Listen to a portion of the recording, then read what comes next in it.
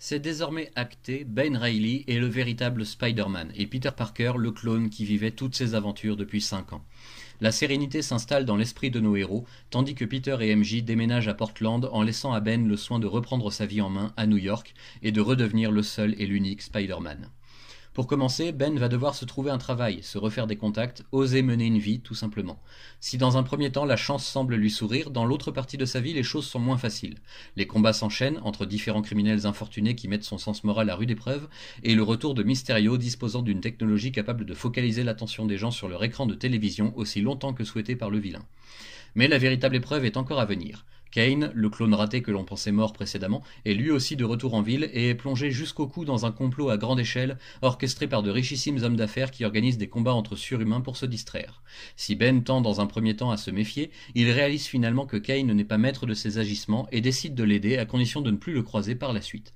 Mais les affaires de clonage ne laisseront pas notre Spider-Man en titre tranquille bien longtemps, car peu après, une nouvelle fait grand bruit. Des ouvriers ont retrouvé un squelette vêtu d'un costume d'homme araignée dans une ancienne cheminée d'usine.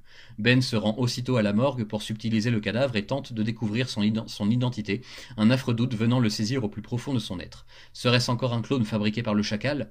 Et dans ce cas, qui est-il réellement?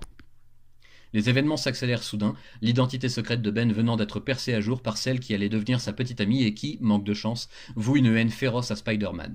Jessica menace même de dévoiler cette information dans les pages du Daily Bugle, qui n'attend que ça pour entacher à jamais la réputation du tisseur, alors embourbé dans cette triste affaire de vol de cadavres. Se sentant prise au piège, Ben reçoit l'aide inattendue de Peter, revenu en ville pour faire le point avec lui et le tirer de ce mauvais pas si possible. Mais dans l'ombre, la conjuration s'étend de plus en plus profondément, sur plusieurs niveaux, et fait intervenir bien trop de participants au goût de nos héros.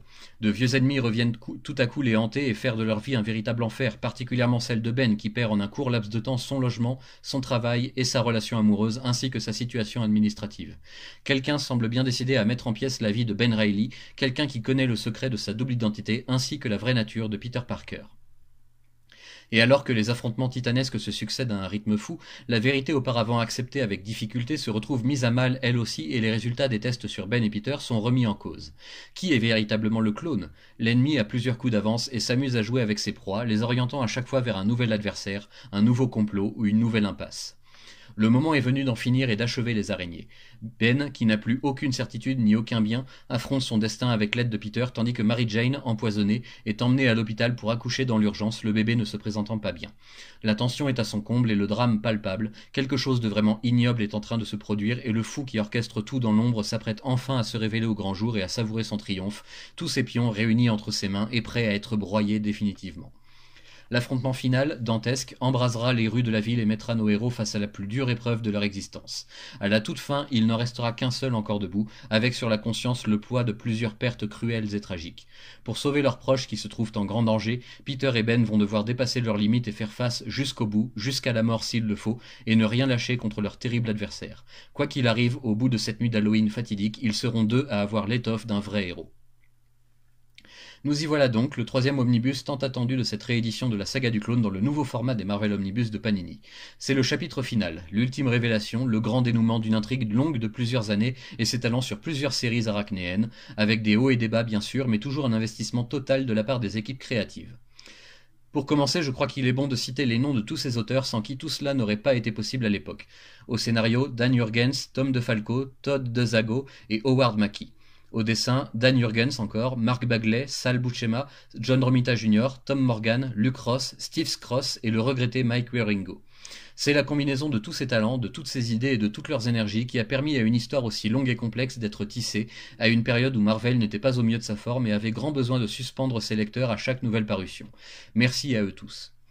Disons-le tout net, ce grand final est justement ce qui a fait couler le plus d'encre depuis lors, et à juste titre. Il est notoire que certains auteurs auraient aimé faire autrement, diriger le récit vers d'autres possibilités peut-être plus logiques, mais c'est au final d'un commun accord que tout le monde s'est entendu pour écrire ces ultimes chapitres en prenant en compte les impératifs éditoriaux.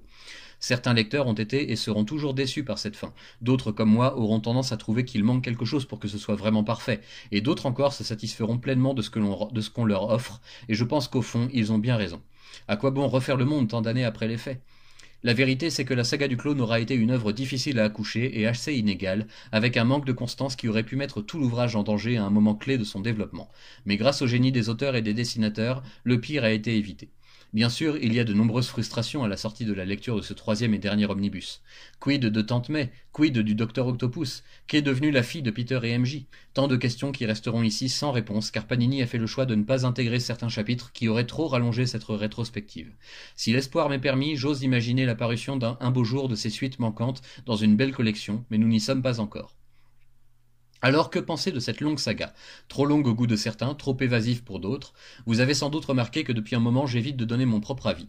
C'est avant tout parce que je ne veux pas influencer votre acte de lecture et d'achat, c'est toujours à vous de vous faire votre propre avis et j'y tiens plus que jamais avec cette histoire. Mais la vérité c'est que je suis un brin déçu, j'en attendais davantage, la sauce était tellement montée que j'espérais naïvement ne jamais la voir retomber, ou du moins pas de cette façon-là.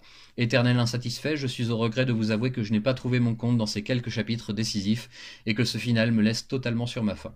Ça reste une œuvre majeure des années 90 et de la carrière de Spider-Man. C'est pratiquement un passage obligé pour tout lecteur et fan de l'homme araignée qui se respecte, mais il faut être prêt à ne pas voir toutes les intrigues se résoudre avec cette seule conclusion.